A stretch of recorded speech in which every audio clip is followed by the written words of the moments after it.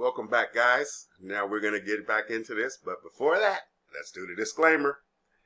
Note, you should use the rules below in your mind only for the purpose of understanding.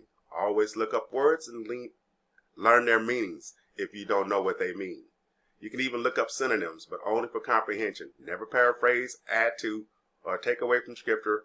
When memorizing Scripture, you should memorize the word as it is written. Yeah, even that's becoming annoying to me, but I'm still going to put it out there. And I'm still going to stress it because it's very important. Now, the S rule.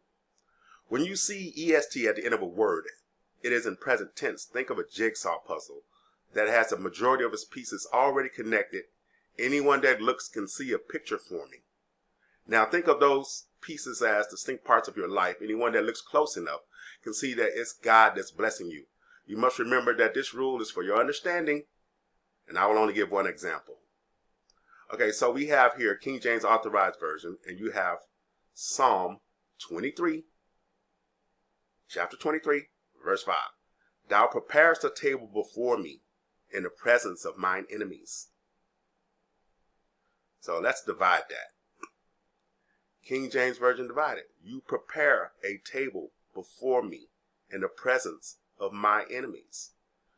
So here he's saying that the Most High is preparing a table for him in the presence of his enemy.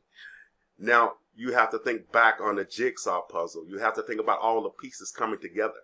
That people can actually see these things happening in your life.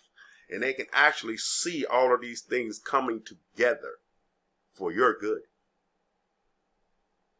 Okay, guys, we got to get to the next rule.